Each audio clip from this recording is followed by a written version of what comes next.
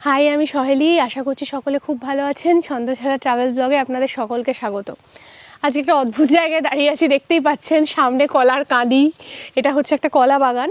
তো ব্যাপারটা হচ্ছে, আমি বেড়াতে তো অনেক যাই, এবার অনেক দিন যাবৎ আমি আসিনি হচ্ছে আমার দেশের বাড়ি, সেটা হচ্ছে পলাশিতে, মানে পলাশি সাহেবনগরে। তো চলে এসেছি আজকে সাহেবনগরে অনেক দিন পর। আমার চ্যানেলে কিন্তু সাহেবনগরের আগের একটা ভিডিও রয়েছে, যেটা একদম প্রথম দিকে আমি শ্যুট করেছিলাম যখন আমার চ্যানেলটা একদম নতুন ছিল। তো এই ভিডিওটাতে আমি চেষ্টা করব আমার যে গ্রামের বাড়ি, যেটা সমস্ত আশপাশটা, এবং বুঝতেই পাচ্ছেন গ্রামের বাড়ি, সুতরাং তার সাথে অনেক কিছু নস্টালজিয়া, অনেক ভালোবাসা, অনেক কিছু জড়িয়ে থাকে। তো সেটা দেখাবো, এবং কি কি আছে আমার এখানে, কারা কারা থাকে, সবই দেখাবো আমার এই ভিডিওটাতে। তাহলে আমার গ্রামের বাড়ি আমার সাথে ঘুরে দেখতে এই ভিডিওটাকে স্কিপ না করে পুরোটা দেখুন, আশা করছি খুব ভালো লাগবে।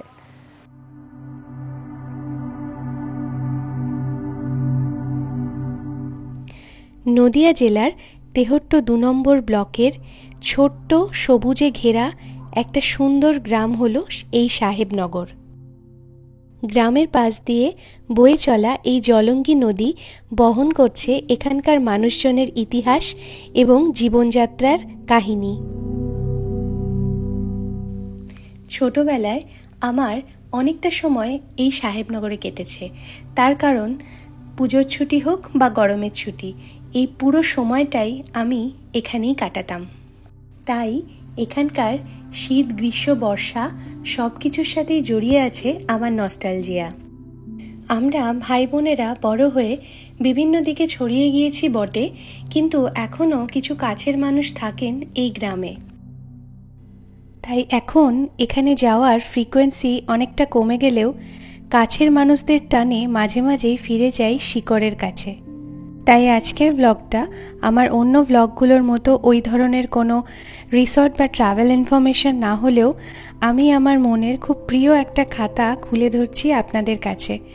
আশা করছি আপনাদের ভালো লাগবে। তাহলে চলুন আমার সাথে ঘুরে দেখুন আমার গ্রাম সাহেবনগর।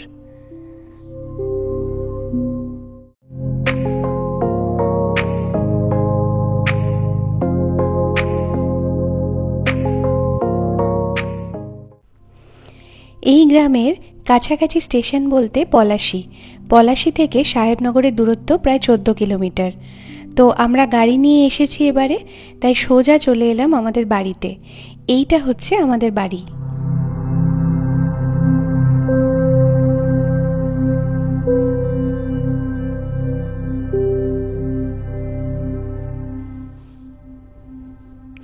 এইটা একটা স্থায়ী মঞ্চ করা আছে, যেখানে প্রতি বছর আমাদের একটা বাৎসরিক অনুষ্ঠান হয়, যেখানে নানা ধরনের অনুষ্ঠানের সাথে সাথে হয় কবি সম্মেলন। এবং এটা আমার প্রপিতামহ যিনি ছিলেন জিতেন্দ্রনাথ বিশ্বাস, ওনার স্মৃতিতে প্রতি বছর আয়োজিত হয়।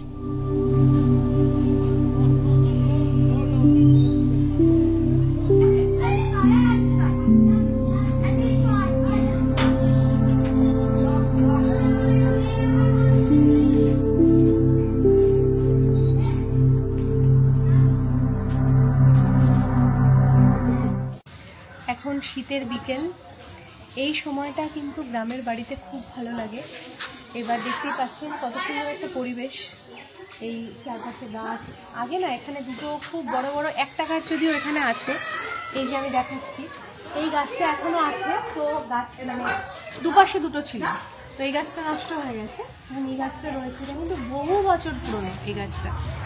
তো এই দিকটা দিয়ে হচ্ছে, যেটা বলছিলাম, আমাদের বাড়ির একটা এন্ট্রান্স, এখানে সবাই খেলা করছে। এখন ব্যাডমিন্টন খেলা চলছে, আমিও একটু পরে খেলবো। এখন এই যে দেখাই, আমাদের বাড়ির ভেতরটা দেখাচ্ছি কোথায় কি রয়েছে। এইবার এইটা হচ্ছে আমাদের গোয়াল ঘর ছিল আগে, এখন মানে পুরো পরিষ্কার করা আছে। এখানে এখন কোনো মানে গাড়ি টাড়ি গ্যারেজের জন্য আমরা মাঝে মাঝে ইউজ করি ভেতরে রাখতে হলে, কিন্তু এটা আগে পুরো গোয়াল ছিল। এইখানে গরুগুলো সামনে মানে দিনের বেলায় গরুগুলোকে এখানে বার করে দেওয়া হতো। এদিকে দুটো গরু খাওয়ার জায়গা, ওদিকে দুটো, এখানে অনেক কটা করে গরু থাকতো। তারপরে বাকিগুলো দেখাচ্ছি, গাছ আছে, এই কাঁঠাল গাছ আছে, এগুলো কিন্তু অনেক পুরনো, ঠিক আছে। তারপর বাকিগুলো জিনিসও দেখাচ্ছি। এইটা হচ্ছে আমাদের পুরনো রান্নাঘর। এই যে এখানে কিন্তু রয়েছে মাটির উনুন রয়েছে। এই উনুনে কিন্তু আগে প্রচুর পিঠে ভাজা হতো, সব রান্নাবান্না আগে কিন্তু সমস্ত রকম আমিষ রান্নাবান্না এখানেই হতো। তো এখন আর এখানে খুব একটা রান্নাবান্না হয় না, খুব রেয়ার। তো এই যে আমাদের বাড়ির নতুন সদস্য কালু, পুরো পুরো একদম ও ঘুরে ঘুরে বেড়াচ্ছে আমার সাথে। হ্যাঁ, আর এইটা হচ্ছে আমাদের সেই আগেকার যেটা ছিল, যে কি বলবো, একটা স্টোর রুম টাইপের। তো এখানে আগে পাট, মেনলি পাট রাখা থাকতো। তো সেই পাটের রাখার জায়গা। আমরা এখানে একটা অদ্ভুত খেলা খেলতাম ছোটবেলায়। সেটা কি, এই যে দরজাটা আছে, এই দরজাটা ভেতরে একজন থাকতো, দরজাটা বন্ধ করে দেওয়া হতো। দরজাটা বাইরে থেকে আমরা সবাই দুম করতাম, দিয়ে লাস্টে একজন দরজাটাকে খুলে দিয়ে ছুটে পালিয়ে যেত। যে ভেতরে থাকতো সে বাইরে ছুটে গিয়ে যাকে ধরবে সেই আউট, পরের দানে সে আবার ভেতরে ঢুকবে। তো এই জায়গাটা আমাদের একটা এই অদ্ভুত খেলার জায়গা। নেক্সট হচ্ছে এই যে একটা বাতাবি লেবু গাছ রয়েছে এখানে। ও বাতাবি লেবু গাছটা, ইয়ে রাম, এখানে আসলে একটা বাতাবি লেবু গাছ ছিল আগে। তো ওই গাছের তলায় আমরা অনেক দোলনা লাগিয়েছি, দোলনা লাগিয়ে অনেক দুলেছি। তো গাছটা দেখতে পাচ্ছেন, এখন তো গাছটা নেই, অনেক দিনের পুরনো হয়ে গেল। আর এই যে সেই আইকনিক ধানের গোলা, ঠিক আছে, এটাতে আগে ধান থাকতো। আমিও ছোটবেলায় দেখেছি এখানে ধান রাখতে। তো এই জিনিসগুলো এখন পাওয়াই যাবে না, একমাত্র এখানে আসলেই আমি দেখতে পাই।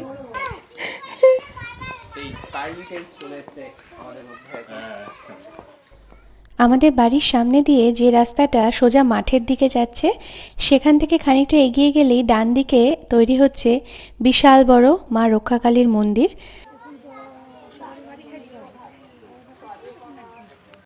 এইখানে পেছনে আগে রক্ষাকালী মায়ের একটা মানে পুজো হতো, এখনো হয়, কিন্তু এখন এই পেছন দিকে একটা বড় মন্দির হচ্ছে, ওখানেই এই পুজোটা ওখানে এখন থেকে শিফট হয়ে গেছে। তো এই যে পুরো পেছনের জায়গাটা, পুরো এই মাঠ পেছনে যেটা দেখা যাচ্ছে, এখানে কিন্তু দারুণ একটা মেলা হয়। তো এটা হচ্ছে ঠিক ওই নভেম্বর মাসের শেষের দিকে বা ডিসেম্বর মাসের প্রথম দিকে হয়। তো এই জায়গাটা আমার খুব প্রিয় জায়গা, কারণ এই রাস্তাটা আস্তে আস্তে এই যে পেছনের দিকে যেখানে যাচ্ছে মাঠের দিকে, তো এই মাঠটা ছিল ছোটোবেলা থেকে হচ্ছে আমাদের খুব ফেভারিট জায়গা। আমরা এখানে সন্ধেবেলায় আসতাম, আমরা এখানে পিকনিক করতাম। তো এই জন্য আজকে আবার এসে মাঠেই যাচ্ছি। এই বটগাছ তলাটায় কতবার যে বসেছি তার কোনো ঠিকানা নেই। এই বাড়িটা আমি ছোটবেলা থেকে দেখছি। এই যে একটা ছোট্ট উনুন করা আছে বাড়ির সামনে, এটা এখন অনেক ভালো অবস্থায় দেখতে পাচ্ছি। আগে আরও এই কুড়ে ঘর টাইপের ছিল। এখানে নাকি একজন সন্ন্যাসী থাকেন, এখন থাকেন কিনা জানি না। একদম এইরকম মাঠের মাঝখানে এইরকম একটা বাড়ি। অনেক দিন পরে এসছি এই দিকটায়, তো খুব ভাল লাগছে। আর যদিও ডিসেম্বর মাসের শেষ, তবুও ঠান্ডা খুব একটা নেই, তো হাওয়া দিচ্ছে, খুব সুন্দর লাগছে।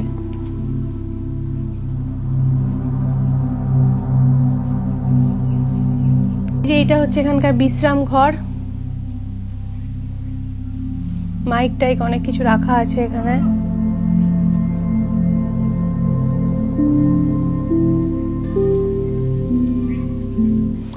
এই যে রাস্তাটা রয়েছে, এই রাস্তাটা দিয়ে এদিকে আমরা এখানে ঢুকে এসেছি। আমাদের বাগানে দেখুন কি সুন্দর গাছে কলার কাঁদি হয়েছে।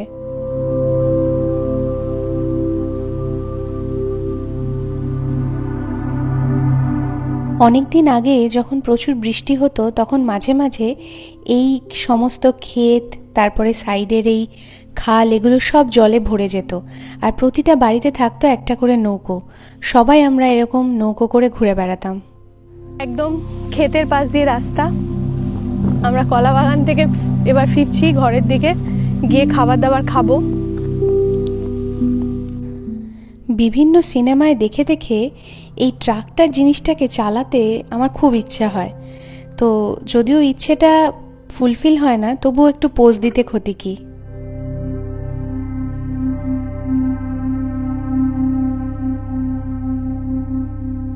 এবার চলুন আমাদের বাড়ির সব থেকে গুরুত্বপূর্ণ ঘরটা আপনাদের ঘুরে দেখাই। এইটা হচ্ছে আমার দাদু, মানে আমার দাদু এখন প্রয়াত হয়েছেন, তো সত্যেন্দ্রনাথ বিশ্বাস, ওনার এটা ঘর। চারিদিকে দেখতে পাচ্ছেন যে মনীষীদের সমস্ত ছবি আঁকা রয়েছে। আর তাছাড়া আমাদের এখানে যেরকম বলেছিলাম যে অনেক বাচ্চারা যারা খেলাধুলা করে বিভিন্ন কাকাদের স্কুলে, তাদের যে সমস্ত প্রাইজগুলো, সেগুলো কিন্তু স্কুলের তরফ থেকে সব এখানে সারি সারিভাবে রাখা আছে।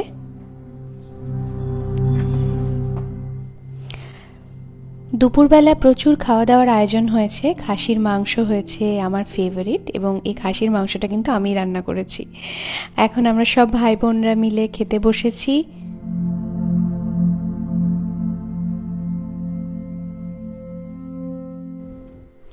এই যে আমাদের বাড়ির নতুন সদস্য কালু, একে একটা জায়গা থেকে রেস্কিউ করে নিয়ে এসেছে ভাইরা। আর এইটা হচ্ছে আমাদের বাড়ির ভেতরের দিকটা। দোতলায়ও কিছু ঘর রয়েছে, আর তার উপরে রয়েছে ছাদ।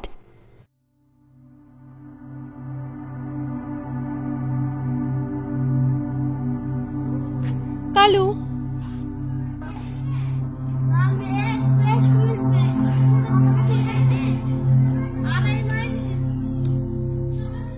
এটা হচ্ছে আমাদের দোতলা। দোতলাতে ওইখানে একটা ঘর রয়েছে, ওটা পরে দেখাচ্ছি। এটা মানে একদম যখন প্রথম প্রথম ছিল, এটা ছোট কাকিমার ঘর, এটা মেজো কাকিমাদের ঘর, এটা আবার এক্সট্রা আর একটা ঘর। এইখানটাতে কিন্তু যখন আগে বর্ষাকালে প্রচণ্ড বৃষ্টি হতো, এই জায়গাটাতে কিন্তু আমরা খেলা করতাম। এই পুরো বারান্দাটা, তো এই বারান্দাটা আসলেই আমার কেমন একটা নস্টালজিক ফিল হয়। এবার নিয়ে যাচ্ছি ছাদে। এই যে ছাদে উঠছি আমরা সিঁড়ি দিয়ে।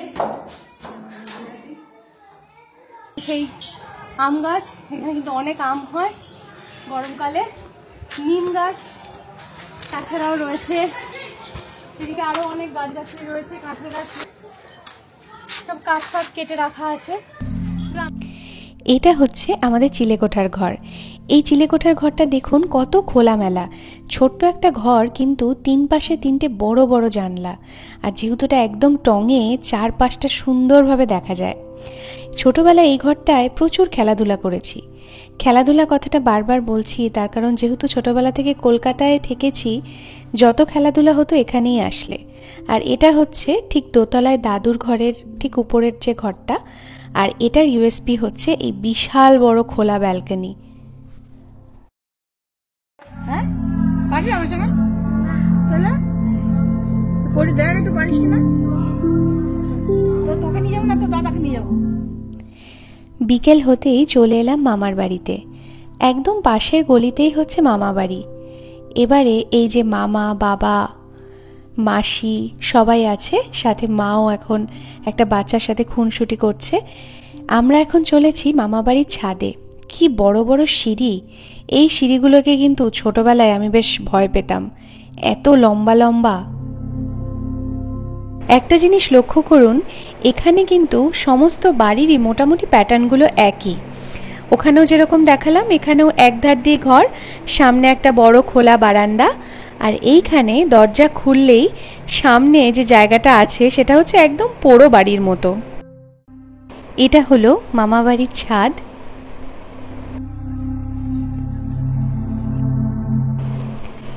গ্রামের জীবনযাত্রাতে কেমন একটা যেন স্থবিরতা আছে, সবাই বেশ শান্ত, কারোর কোনো ছোটার তাগিদ নেই। এই ব্যাপারটা আমার খুব ভালো লাগে। এটা হলো একটা কুয়ো। এবার কুয়োটা কিন্তু এখন পুরোপুরি সিমেন্ট দিয়ে ঢাকা দেওয়া হয়েছে। সন্ধে চলে এলাম মামার বাড়িতে বেড়াতে। এখন মামার বাড়ির ছাদে রয়েছি। মামার বাড়িটাও তো দেখিয়ে দিলাম প্রায়। তো অনেকদিন পরে এসছি বোধ দাদুর বাড়ি মামার বাড়ি দুটোতেই। পেছন দিকে এক জায়গায় ভাগবত পাঠ হচ্ছে, গ্রামের দিকে যা হয় বারোয়ারি তলায় বা মন্দিরে। তো এখন একদম সন্ধ্যের সময়, গধূলি। এখন একটুখানি এখান থেকে আরও এক জায়গায় বেড়াতে যাব। বাড়িতে এসে দেখলাম ভাই চিলি চিকেন বানাবে বলে প্রিপারেশন নিচ্ছে, আর কাকিমা তাতে হেল্প করে দিচ্ছে। ঠাকুমা বসে বসে রোদ পোয়াচ্ছে, আর বাড়ির সবাই এদিক ওদিক ছড়িয়ে রয়েছে।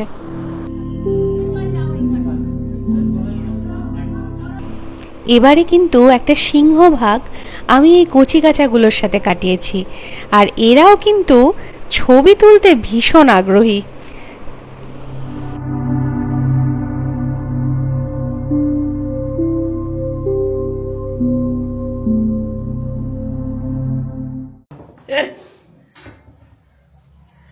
এইখানে হচ্ছে সব রান্না বান্না বাড়াবাড়ি চলছে। আচ্ছা, আমার এই ভাই সুলভ, ও কিন্তু আমার এই পুরো যে ভিডিওটা আছে সেটা পুরোটাই অলমোস্ট ও শ্যুট করে দিয়েছে।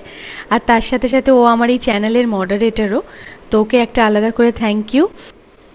এটাও হচ্ছে আমাদের গ্রামের আরও একটা রক্ষাকালী মন্দির। এখানেও কিন্তু ওই একই সময়ে বিশাল বড় একটা মেলা হয়। অন্য ভিডিওতে তো আমি আপনাদের বলি কেমন লাগলো আমার ভিডিও, ভালো লাগলে সাবস্ক্রাইব করবেন।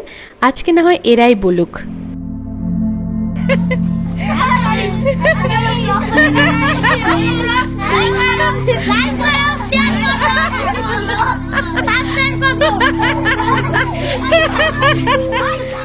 ভালো থাকুক এই কচিকাঁচাদের দল, ভালো থাকুক এখানকার সব মানুষজন, ভালো থাকুক আমার প্রিয় গ্রাম সাহেবনগর। আজকের ভিডিও এখানেই শেষ করছি। দেখা হবে আবার পরে অন্য কোনো একটা ভিডিওতে। সকলে ভালো থাকুন। নমস্কার।